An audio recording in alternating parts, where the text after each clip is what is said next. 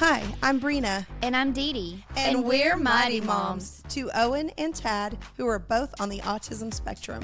We're going to share real, honest content and experiences about what it's like to be a mom of a kiddo on the autism spectrum. Between the two of us, there is nothing we haven't experienced. We don't hold back, and neither should you. Here we go.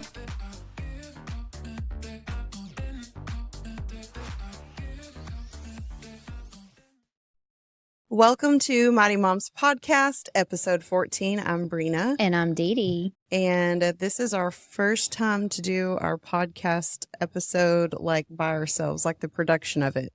Yes, so bear with us. Yeah. We might have mics fall over. Who knows? Lights. We don't know. And we also keep looking at the computer screen in front of us because we can see ourselves. And so we're constantly looking at it to make sure we look presentable, which I'm sure we don't, but it's fine. But here we are. So we took the summer off to do our family things and work things, and we have basketball camp with the Owen Foundation. Yeah, that was good. A big deal. Caddo schools for the win there. Yeah.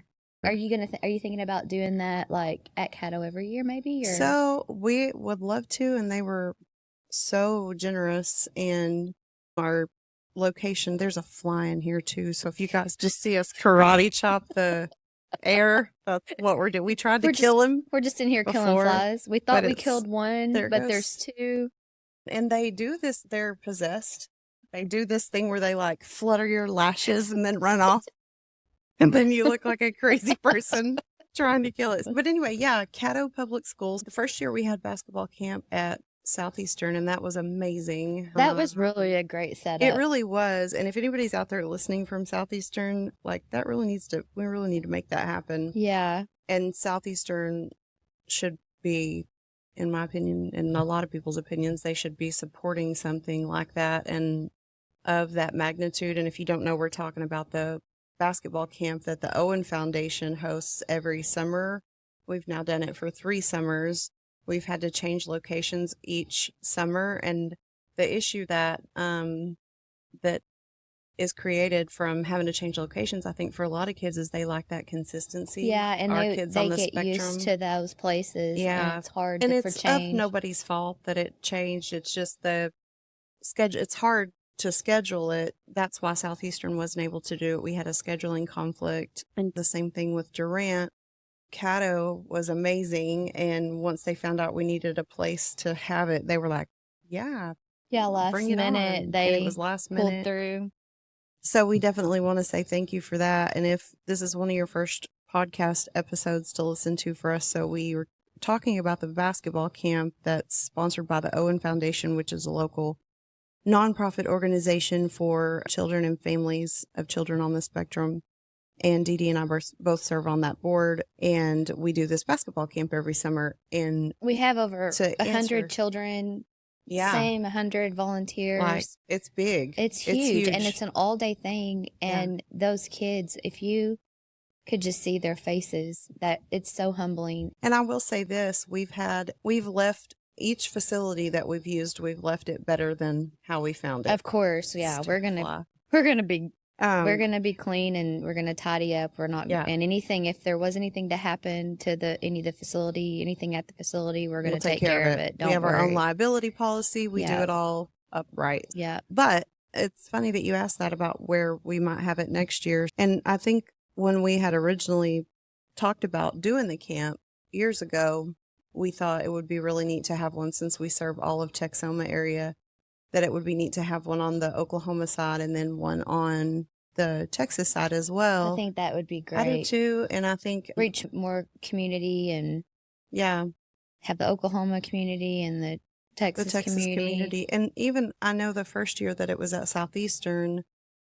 people come from McKinney. We had people come from Fort Worth. Yeah. And then I think that the same Fort Worth crew came to Durant, but they did not come this year to Caddo. And I don't know if it was because it was just that much further north. That fly is gonna kick a mic or a computer. Okay. So anyway, I talked to Rodney today, who is our coach. Coach Sneed. He serves on the board of the Owen Foundation, and he is actually looking into having it, and maybe by the time this airs, we'll know, but we're wanting to have one at Grayson County College. Oh, yeah. And he thinks that shouldn't be a problem. And I told him, like, we've always done it the second weekend in July, so I do love, or the second week in July, so I do love, like, trying to keep with that schedule, but we can be flexible. Yeah. So if anybody's listening to this and has any pool there at Grayson County or anywhere, yeah, like we need a facility that will hold 100 children and 100 and 100 volunteers, because we do a one-on-one ratio, and we'd be so gracious for any accommodation. Yeah, and it's for the kids, so yeah, there's that. But anyway, so over the summer basketball camp, like I can't even remember yesterday. So basketball camp we actually are, after our episode 13, we had the big autism conference. Yeah. That was so cool. And what's so cool is we're going to be interviewing in our next podcast. Yep. A new group, Mighty Moms from Tulsa. So let's talk about that for a minute, because that was amazing. We had an autism conference back in April, the 22nd or 23rd. Don't ask me how I even remember, like, I don't either. It's all a blur. But we had our first autism conference. We really didn't know what we were doing, but we figured it out. And we had several amazing guest speakers. They were great. And when you have this lineup of speakers, and that either, like, people were laughing at some points, belly laughing and crying, when they when it was over, it was like, wow, that was good. Even though we hosted, I felt like, I don't know. I just felt like it hit me so hard. It was, we felt like guests there. Like, we knew it was coming, but it was still amazing. And we had moms that spoke who have kids on the spectrum. I know Cassie's, she has a little boy, Brooks, and he just turned 5, I think. Yeah, his birthday was in July. And I couldn't remember, but 5, not 4. June or July, yeah. And anyway, her, like, testimony about everything was amazing. And then we had Jake Estes, I shouldn't have started listing off everybody there, but I'm just thinking in order. I just remember him talking about future planning from a legal perspective. That's very important. Oh gosh. And there's so much we still need to do. And I think I just keep thinking, Owen's only 8, but before you know it, he'll be 15. And but not only that, you want to have everything set up for if something was to happen. It's a peace of mind for me. Yeah. And as soon as I did it, it was like, okay. You just felt so much better. Yeah. I mean, it's still a big fear, right? Sure. That's for all of our special needs moms, but it kind of lessens that fear a little bit because you're prepared. Yeah.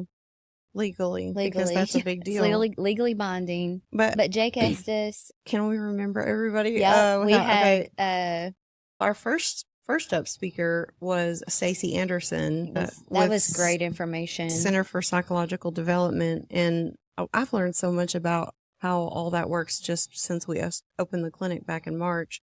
Because ABA is new to this area, we have so many parents who haven't even gotten their child evaluated yet. Well, that's what I wanted to ask you. I had a lady ask me last week. She has a suspicion that her child may have autism. And so I was like, let me just send you to Stacey. So I sent her the number to CPD, or Center for Psychological Development, CPD. Yeah, CPD integrations or something. And so they can go. Tell me a little about that again. They can go there and they can get the actual autism diagnosis. Yes, they can. And so it's a lengthy appointment. And I don't know if for littles they do it in more than one appointment. I'm not sure. Okay. But I know that they have a lot of doctors around here will send their patients, little kids, up to, and I don't know how old your friends. He's 7. Okay. A lot of kids are getting sent to children's, but there's a 2-year wait. There's like a 2-year wait. Great facility, I'm sure, but I just wonder if the ordering physicians around here are aware that it can be done for little kids here in Durant. That's good to know. We certainly have been telling people, and don't get me wrong, he's busy and they have a wait list too, but it's not 2 years. No. And there have been a few where we've been able to call and say, hey, this kid is, when a kid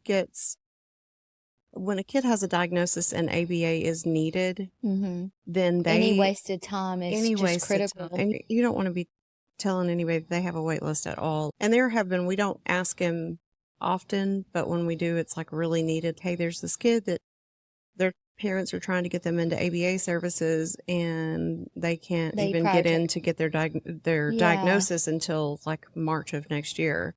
And there was one where he was like, it was like Wednesday, and he got them in Saturday, and we got their evaluation and report back the next week. Wow. Now, I'm not saying that's every time, but no, but they really, when and you he's have very thorough and but he just like works on the weekends to get people in. That's awesome. Yeah. He's got a great heart. So he was know a speaker. Yeah, We digress. He was He was a good speaker. And real informative. And then we had Tammy Azell, who was our last podcast Yeah, guest. episode 13. Go back and look at that one because that was a great one too. Yeah. She was there and spoke from the perspective of working inside the school and letting parents know, hey, you've got rights. Yeah, make sure. And IEPs, how to go in for an IEP. And so that was very informative.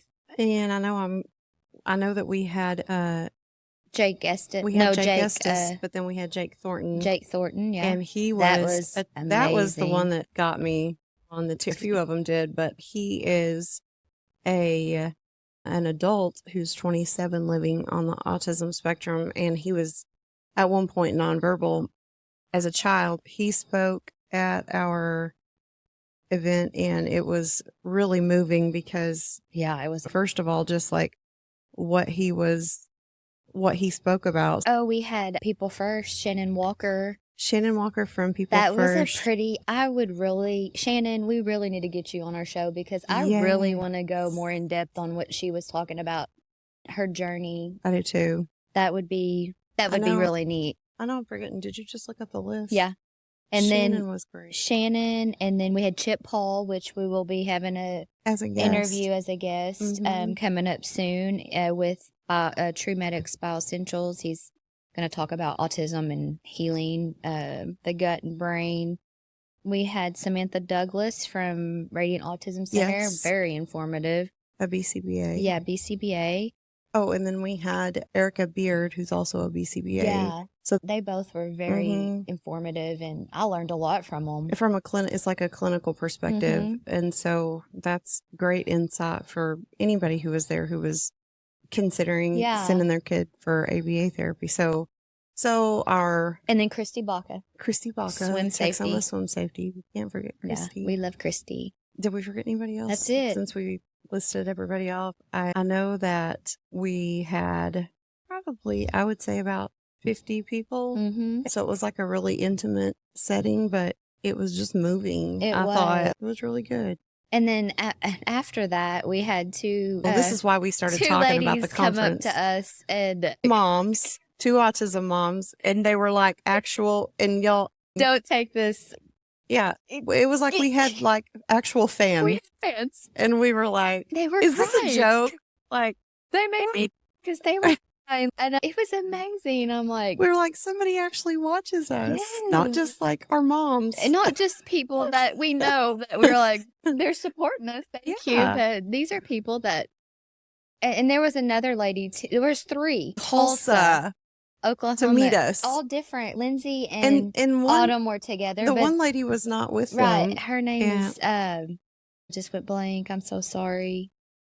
It's okay. It's a lot to. I'm sorry, but we know you and we love you. That was amazing. It was really interesting. We were like, we actually had fans, and I would tell the story out like groupies. Yeah, like fans.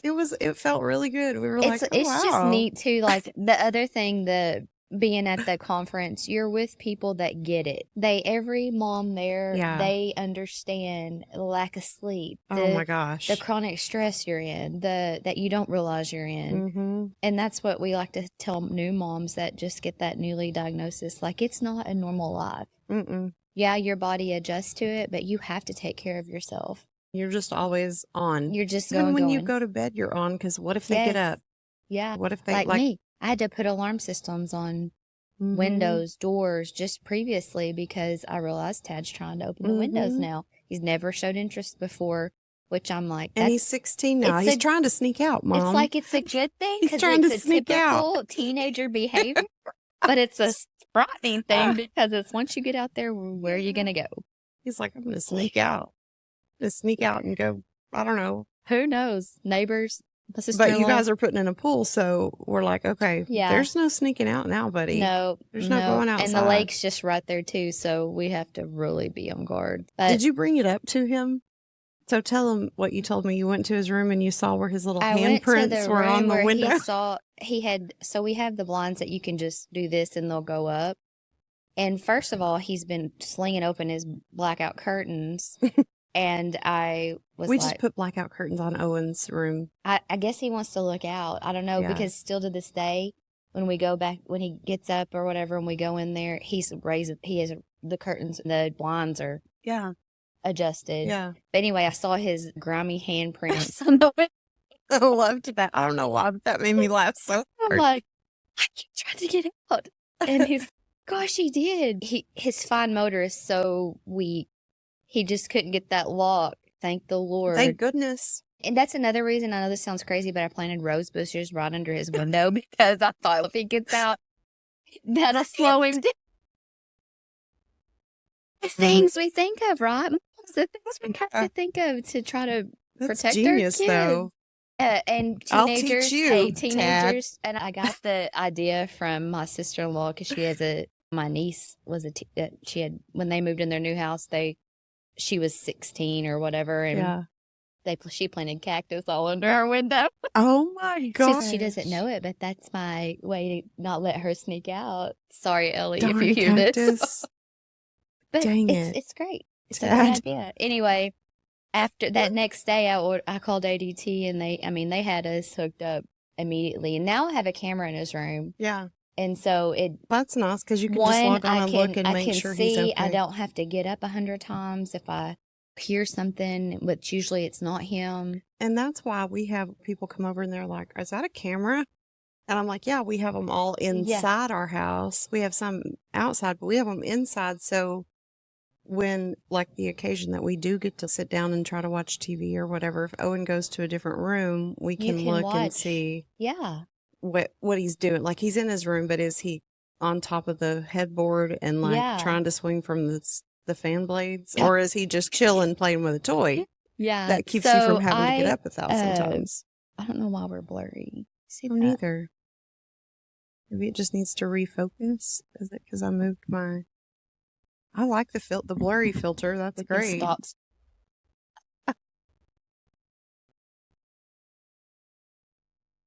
You know what I bet it was? The lighting, like with the sun going down. It's better now. It's back focused. Me either. Okay. So we had a little bit of malfunction, but I'd just leave it in there.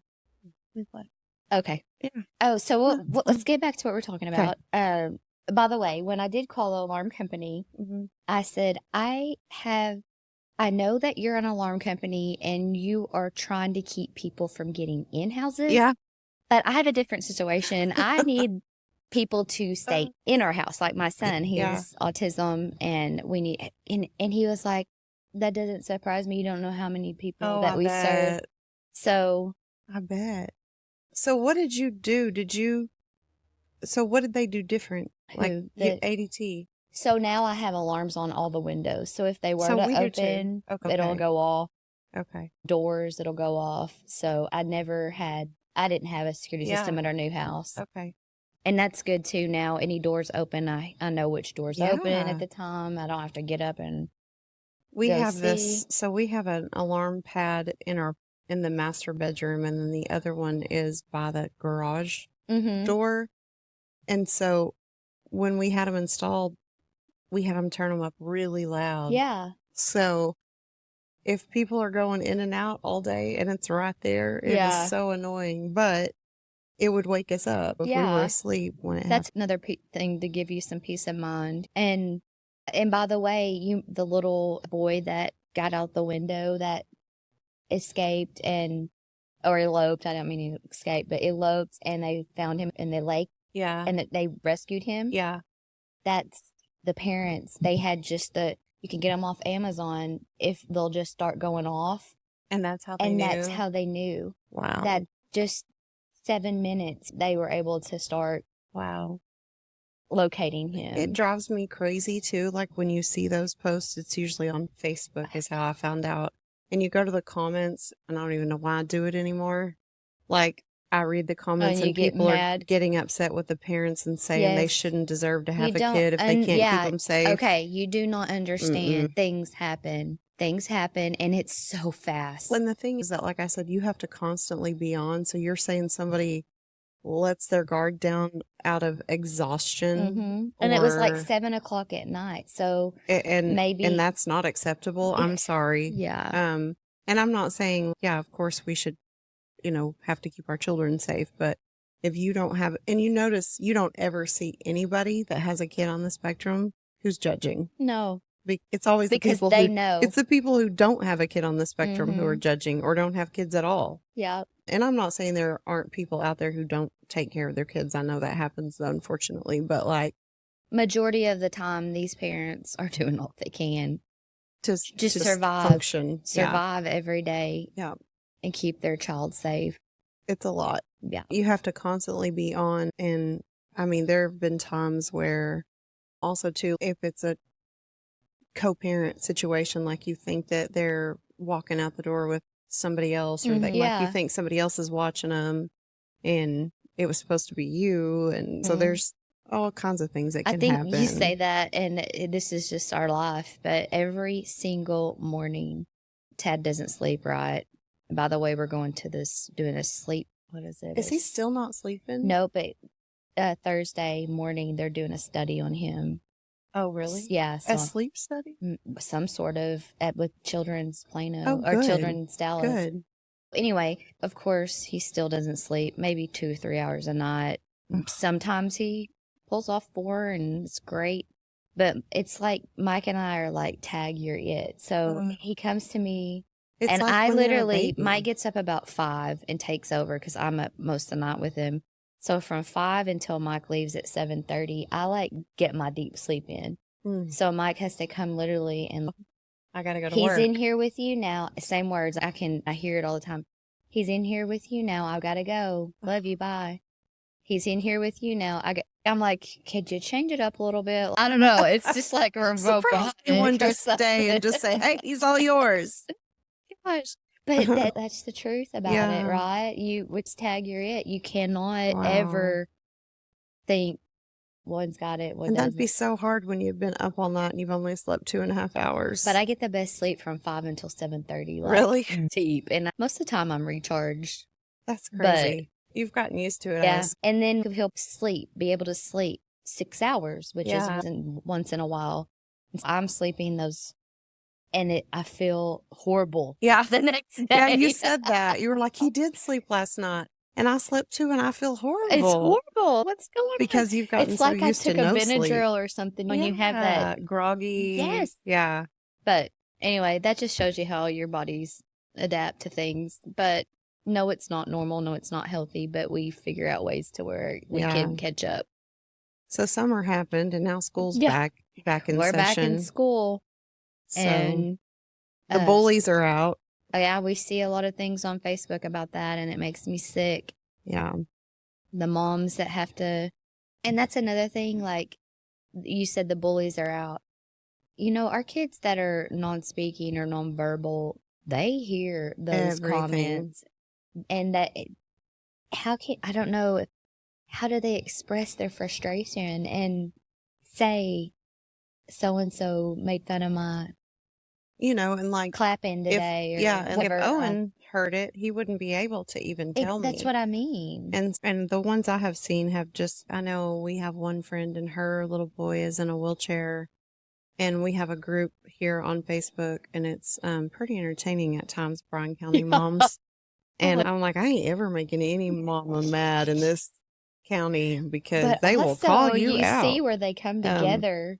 If a mom is in need, I saw a lady the other day that needed something, and they were just like, it's a great group to be a part of. I know one mom that posts in there, and I think actually this is the second time. This is the twice time. It's okay. This is the second time this school year. So in the last 2 weeks that I've seen it on there where her son, who's in a wheelchair, who has a, oh, the stupid fly, who has a life-threatening diagnosis, and I don't know what it is. I'm sorry, I didn't know I was going to talk about this today, or I would have. Tell me about it though, because I haven't seen He's it. in a wheelchair, and he doesn't even have the strength to, like, and it's terminal, like mobility. Yeah. And so it's like the older he gets, the more thing. But he's probably, I don't know, 10 to 12 now. Yeah. And so there's two now. There's two. One for you and one for me. You y'all are going down. As soon as that camera goes off, I'm going to go. I don't know. We'll figure it out. I think I just saw it again today. Where stupid flies. But talk to the fly. So what did they make fun of him about? Some little girl was saying that, and I say some little girl, you never know the whole story, but this kid is not even physically able to lift his arm. Like his muscles are deteriorating maybe, or floppy. And so this little girl said that he was touching her inappropriately and then was making fun of him for being in a wheelchair and something else. I can't remember. And I'm just like, but he's able to tell his mom. Yeah. And I just, my heart just breaks because I can't imagine and I know schools take care of our kids, but I know there are times when we hear stories, but just what the kid goes through when that happens. But as a mom, like sending your medically fragile child to school would just be so nerve-wracking to do every day anyway. But trying to give him the life that he deserves. And then for things like that to happen, can we not, like, and I know I'm preaching to the choir because all of our listeners are probably parents of kids with autism, but can we not teach our kids to be kind to everybody? Mm-hmm. There are kids out there with attitudes that intimidate me. Yeah.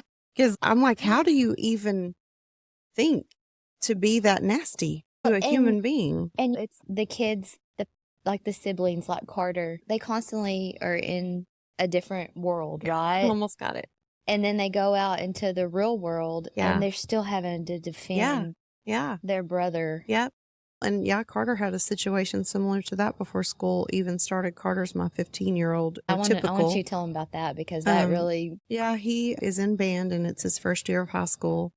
And I will say, I'll tell that part when it gets there. But so he's in band and it was a couple weeks prior to school starting and he was at practice and there's a kid in their band section or close to his section who has autism and he's verbal and very verbal. In fact, probably like talks when he's not supposed to. And so that calls him out. Like it's going to bring attention to him.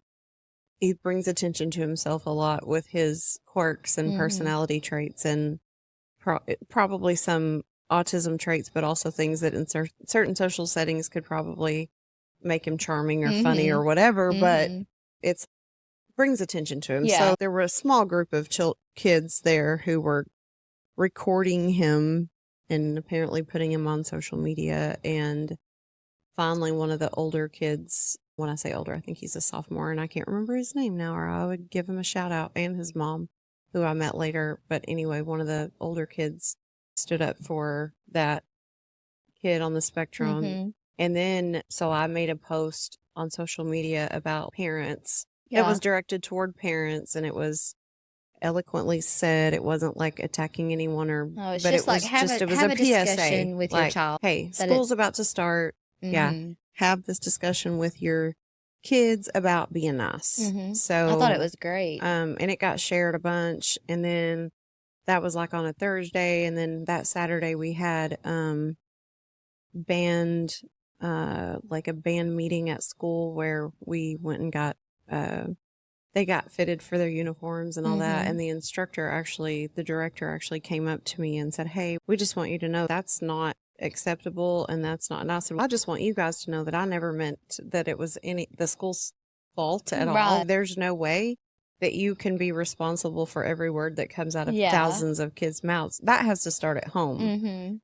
But even still, and they understood where I was coming from. And he even said, you could not have written that any better. And I was like, I do have a writing degree and I am like that. I do pride myself. I might not always be able to speak things and I might say like twice whenever the second time or whatever.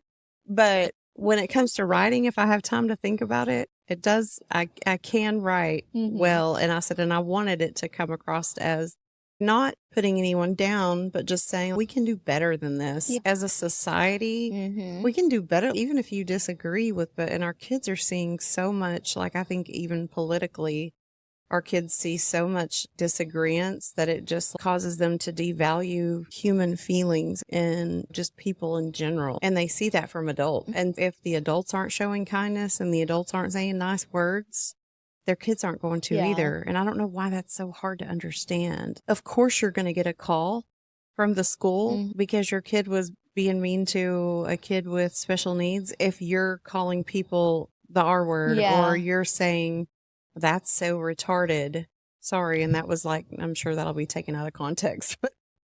No, that is very hurtful to parents and children whenever that's slang too, that they want to use that as a good thing. No, let's just delete that word. Let's just be intelligent enough to come up with another word. And I don't want to stay on this forever because I know we've had a whole podcast episode about this at some point, but be intelligent enough to come up with another adjective, another word to describe whoever you're trying to talk about. Don't say retarded. If you're not teaching your kids at home, then even if you're not, here's the thing, you might be someone who would never use that word.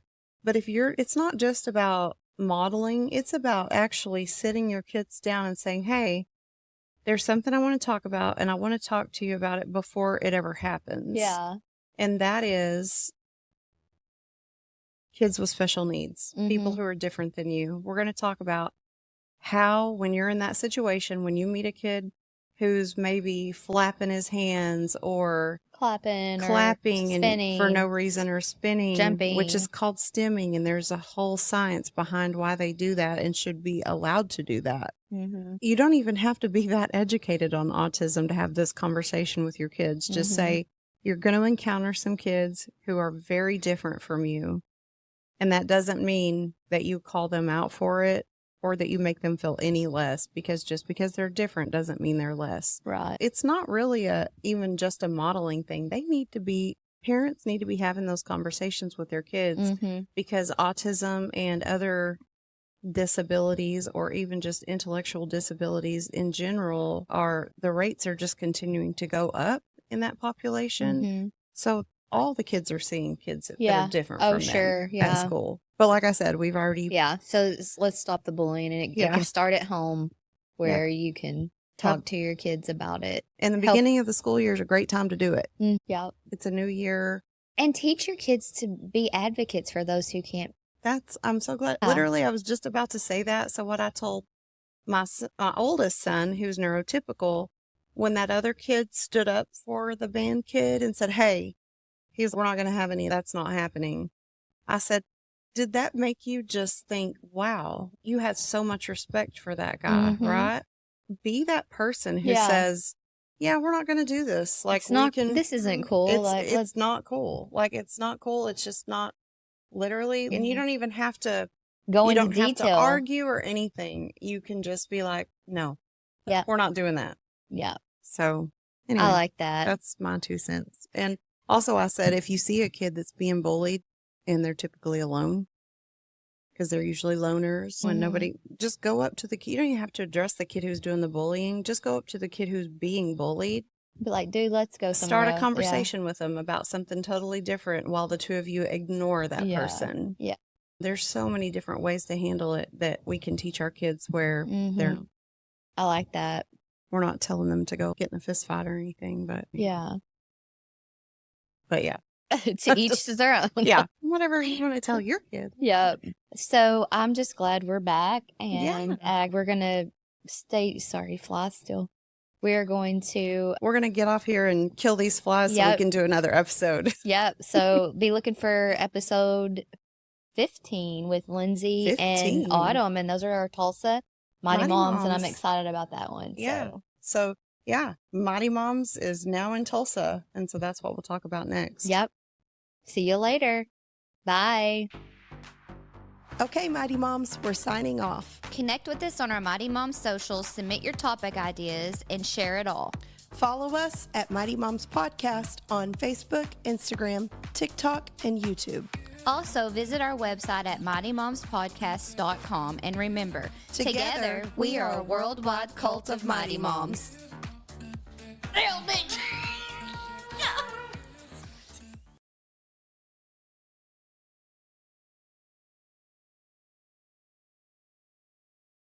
Listen, my carpets used to be a struggle to keep clean. Between 2 boys and 2 fur babies, I was always cleaning up spills and stains.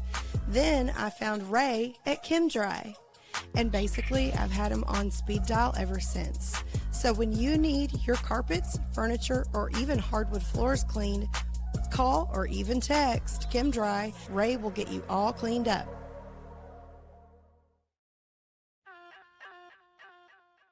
Founded, owned, and operated by nurses, Angels of Care Pediatric Home Health's clients are at the heart of everything they do.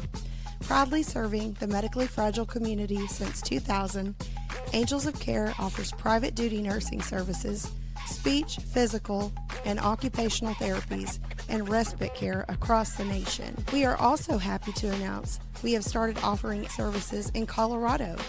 Please visit angelsofcare.com or call 855-45-ANGEL for more information. Get your halos on.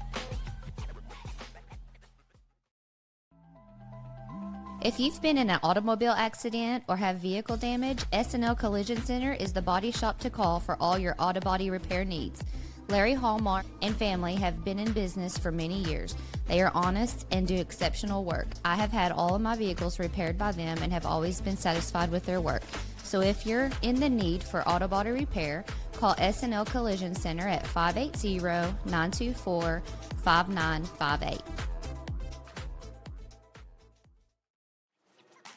Blackburn Plumbing and Air provides high-quality plumbing, heating, and air conditioning services in Durant, Oklahoma, and throughout the Texoma region. With a proven track record for getting exceptional results, they are ready to take on even the most challenging plumbing and HVAC issues. Contact them at 580-775-1779 to schedule your appointment today. Has your Texoma area kiddo recently been diagnosed with autism? You received an order for ABA therapy but have no idea what ABA therapy is or where to enroll your child to receive ABA therapy? Well, look no further than the Owen Academy. TOA was opened in early 2024 and is owned by a local autism mom who has previous business experience in opening varying categories of clinics in Texas and Oklahoma. But most importantly, she has real-world experience navigating life as an autism mom. The Owen Academy has gone above and beyond to create a beautiful and imaginative environment in their now 2 clinic locations in Durant, Oklahoma, to ensure that their therapy techniques are always child-led and play-based. The Owen Academy is proudly serving many families in Bryan, Atoka, Grayson, and Marshall counties with a goal to always expand when and where there is a need. In addition to their warm and inviting therapy clinics, the Owen Academy has gone the extra mile to ensure the qualifications, compassion, heart, and stamina of their board-certified behavioral analysts and registered behavior technicians. At TOA, we are a family.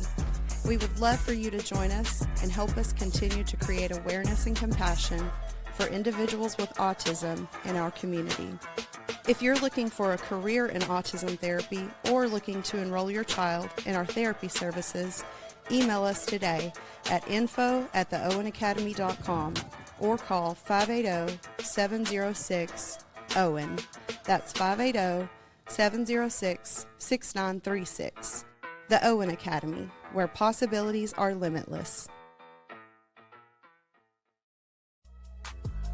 Bushwhackers Land Clearing and Brush Grinding Services provide cost-effective land clearing and brush grinding services in Oklahoma, Texas, Arkansas, and the surrounding areas. Their environmentally conscious approach keeps soil disturbance to a minimum and can clear without leaving brush piles to burn.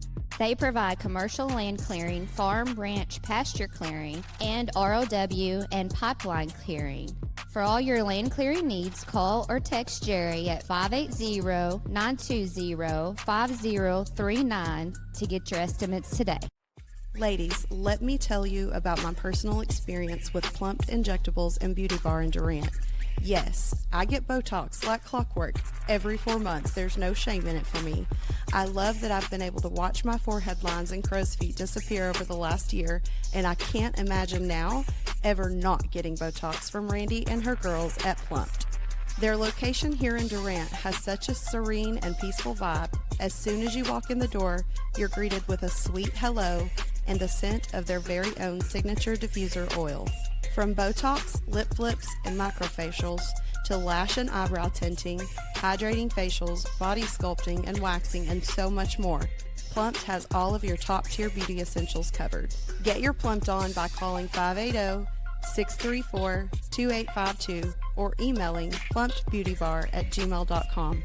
Visit plumpedbeauty.com to see their comprehensive list of services and see what the buzz is all about.